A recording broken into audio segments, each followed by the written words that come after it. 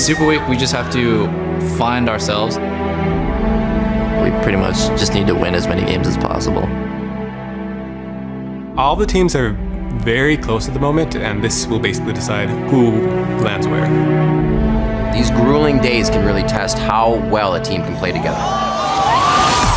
Rushes with the rest of the team. He hits the sap. He flashes in for the double kill. You have to be more prepared for the long run. We definitely have to secure more wins if we want to make it to playoffs. Oh, the teleport back. Plus is going for it. Nobody can stop Plus. Where takes down complexity.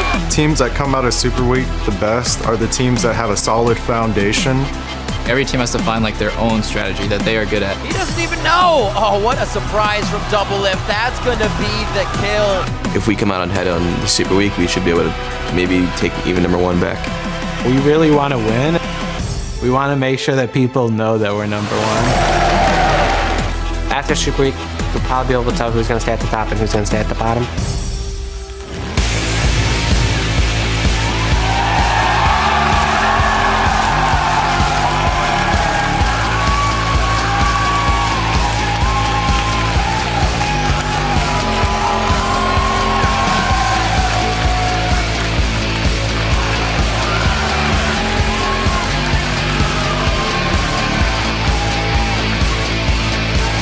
Welcome to Week 7 of the North American League Championship Series. We're streaming out to you live from our studios here in Los Angeles, California. Happy 4th of July, everyone, and to celebrate our Independence Day, we've got plenty of fireworks coming your way with a super week of 16 games.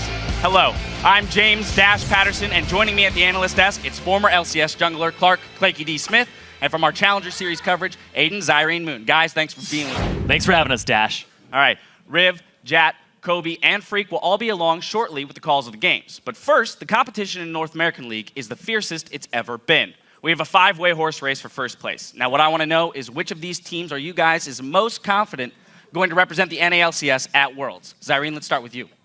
The team I'm most confident in is LMQ. I think we're going to be represented as the Lomo Nation over at Worlds. This team has such impeccable team fighting, and it's reflected. They average the most kills per game on average at 14. They make bloodbaths, and they have such great mechanical prowess that when they band together the support of more, the shot calling of No Name, and the playmaking of Xiao Wei Xiao and Vasily, they are just off the chain good. And no other team seems to be able to match them in one-on-one, just go at each other team fights. The biggest thing there is the shot calling of No Name, where they end up following sometimes bad calls that turn into really good calls because everybody lacked hesitation and followed. All right, Clicky, what about you? LMQ is pretty good, but I'm going to have to go with CLG on this one. A lot of CLG fans here. Right now, CLG is tied for first place in a position they've never been in before. They're playing better than they ever have in the past, and a lot of that's due to their bot lane, Double Lift and Aframu. They're both amazing in their respective roles, and this patch makes them even more of a threat. They're the kings of decision-making, the kings of map control, and those are reasons why I think we're going to see them at Worlds. Definitely both strong contenders. I myself would go with Dignitas, as I love the addition of the solo laners, and I think that as they play throughout the summer split and build up synergy, they'll be a top contender. Now, in this year's more competitive NALCS, even the lower teams have made some huge improvements. Are there any dark horses out there, maybe sleepers that you guys think might rise to the top in the playoff picture? I actually think the team that's really asleep right now is Cloud9. Unfortunately, they're in a position they've never been in before. They have 6 losses on their record, almost as much as their last 2 splits combined. Lucky enough for them, they have 14 games left in the season. There's enough time for them to wake up. But Super Week, they're playing the top 3 teams in the NALCS, so it's going to be a big test for them. All right, Zyrene, what about you? I'm going to take a little bit of a bigger risk here, go lower in the standings, and say Evil Geniuses. Since the acquisition of Altec and Helios, they've never looked stronger. Helios brings a new type of shot calling in the jungle and synergizes with Prepo shot calling. I don't think we're going to see any more of those split calls at the end of games for a base race. Altec also, Claky, you talked about it, how 4.10 favors AD carries. Altec loves carrying. Back in the Challenger scene, he was known as the best top laner because they would just solo farm him. Now he can carry games, and it's very indicative of that because he got a pentakill last week. Absolutely. Well, we've talked a bit about the teams, but individually there have been some amazing players stealing the spotlight. At the halfway point, I want to know who your MVPs are. My midseason MVP has to go to Afromu from CLG.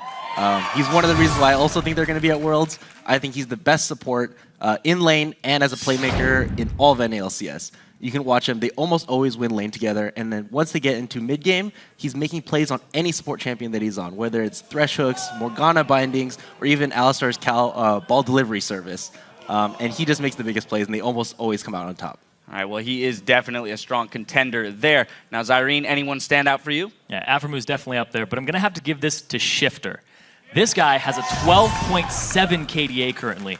Second place person is Altek in 6.1. He has double the KDA of the next person. He also has the least deaths out of North American and the European LCS at 9. Helios just came in and has 12 already.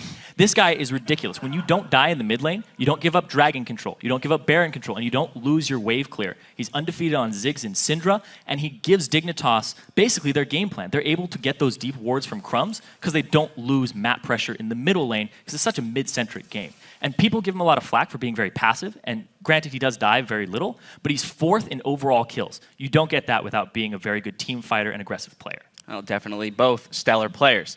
Now, of course, there have been some huge moments from European Super Week that you guys have been sharing on Twitter. So let's take a look at your LCS big plays. From Fnatic versus Alliance, at Surfalol tweets, Nif with the amazing last-minute hook on Reckless was incredible. Here's your number 3. Tap sidesteps it, but that puts him out of position. A good lantern from Nif. Gets caught in the Aqua Prison this time around. He's in all sorts of trouble. Death sentence Reckless to the tower. Pulls him into the tower. He's going to go down. A support for an AD carry. That's a good trade for Alliance. Yeah, Taps managed to get the kill while Yellowstar took the kill on the side of Fnatic. Oh, right into tower range there. Definitely a worth trade AD carry for support.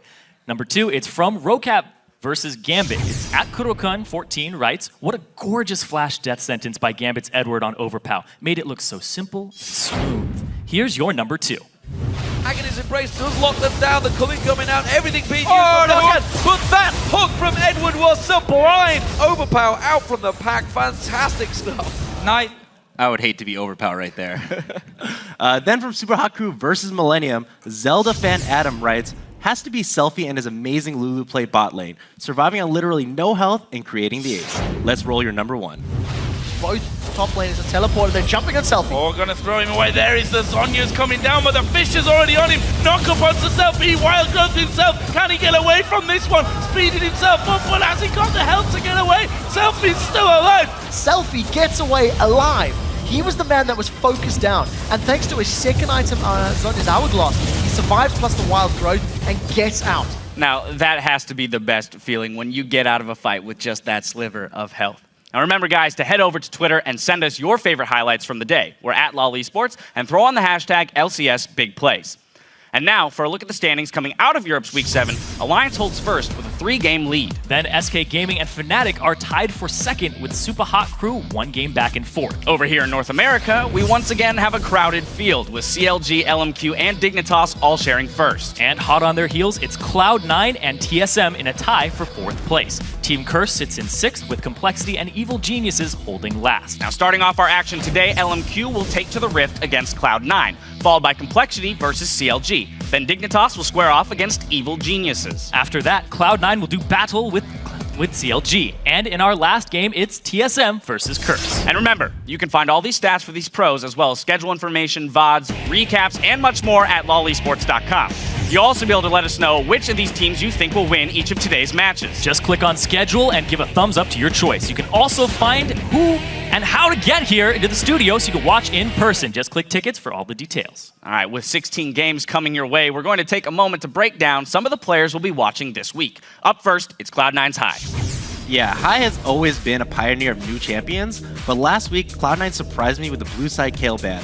I want to see if he's going to bring any new champs to Super Week, or at least add some of the more popular champions to his pool. And from Complexity, we'll keep an eye on Westrice. He's a player that is willing to make big moves that sometimes can fall flat, and other times can create huge opportunities for his team.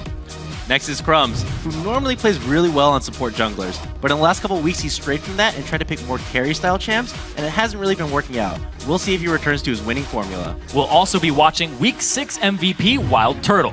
He's been turning in huge games and could carry this team to a perfect 4-0 Super Week.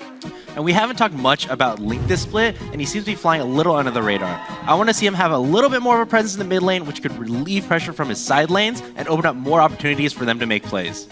Now, you've heard what we have to say, but we want to hear from you. So hop on Twitter and let us know. Who is your front runner to represent the NALCS at Worlds and why? Write us at LOL Esports and use the hashtag LCS. And we may give a shout out to your answer later in the show. While the conversation gets underway on Twitter, let's see what the pros are talking about with the LCS preview shows All Chat. Taco Storm said he likes your haircut, Becca. I don't know. I don't think it looks too short, honestly. I think it looks fine. Can you get a room, you two, please? Every single time I see funny things on the preview shit and the video with funny things where they sit here, I always think of things to like do when it's funny. I have a pool full of Diet Coke and I'm on a diet. Yeah. Dr. Pepper. I've never had this much gold before facing an LCS here. Okay, I've got Blade now, my god. I'm super fit, I have my Merlin gun. I'm incredibly strong, okay? Yeah, sure. With the Banshee's Veil, oh my god. Cork is so fast. They're ulting Sneaky. Sneaky shit. Johnny boy, don't beat the kill! Whoa, yeah, that guy's got a really good KDA, alright. I do a lot of damage in the front line, I just can't hit any of them. I'm gonna arrow here, Oh, I think they're rotating, Go, oh. What? Go? Oh my god, it's fine. YOLO star. Sir. Here, the side lane. The Afro link. Okay, we can push up mid again. We can push up Just do the same thing again. See? We can do that again and again. And eventually we're going to land a skill and we're going to kill one, okay? Yeah. And then we win the game. Good job. I mean, I need to shave. We're getting a neck beard, dude. How are you getting a neck beard? You don't even have any beard.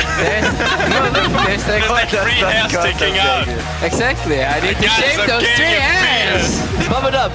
Raise your eyebrows. Raise your eyebrows. Raise your eyebrows. That doesn't have to do with eyebrows. Very easy game. We can win. Wait. How do we play team fight, guys? Win conditions. Clear calls, good plans. Don't dive down. Yes, I will. Dive. All right, good luck, guys. Clear calls, good plan. Yes, clear calls, good plan. Be sure to tune in next week as the LCS preview show returns to its regularly scheduled time, Thursday at 8:30 a.m. Pacific Time, 5:30 p.m. Central European Summer Time. Now, Clicky, as one of our observers, you get to listen in on these teams all the time. Who would you say is one of your favorite teams in the NALCS to listen to? I love listening to Dignitas, mostly because of Kiwi Kid and Cutie Pie. Anything they say is hilarious, and they always make me laugh. All right, well, we've got a great piece that follows a day in the life of Dignitas coming up a little later in the broadcast. We're going to take a quick break, so throw a few hot dogs on the grill and come right back for our first game of Super Week, LMQ versus Cloud9. On the way out, let's take a quick look back at a game that has already become an instant classic, last weekend's slugfest between Curse and Complexity. They're losing their Nexus turrets right now. They're gonna go for it. There's only 12 seconds left on the death timers. This is it. I have to stop them. 10 seconds. Complexity is headstrong on trying to defeat Curse right now with the Nexus turrets. They do finally get the inhibitor. We can speed them. I'm coming. TP quads. 3 seconds. Our base. The inhibitor. The teleport back. Quas is going for it. He's in the base. We need what's the TP. I use it already. He doesn't have it. We're in trouble, yeah. It's happy GG. Nobody in their right mind can stop Quas. He's trying to back. I'm trying to cancel the back. Nobody on Complexity can make it back to base except for Robert. Oh my god. There's one. There's two. Is he on the far one? Oh, wait a minute. No way. That's going to be the damage. One last hit. They stop it. Boys in. Here's the rest of the team. This is absolutely incredible right now. Another minute passes and the game hasn't ended. Quas is on it. 57 minutes in. Curse takes down Complexity.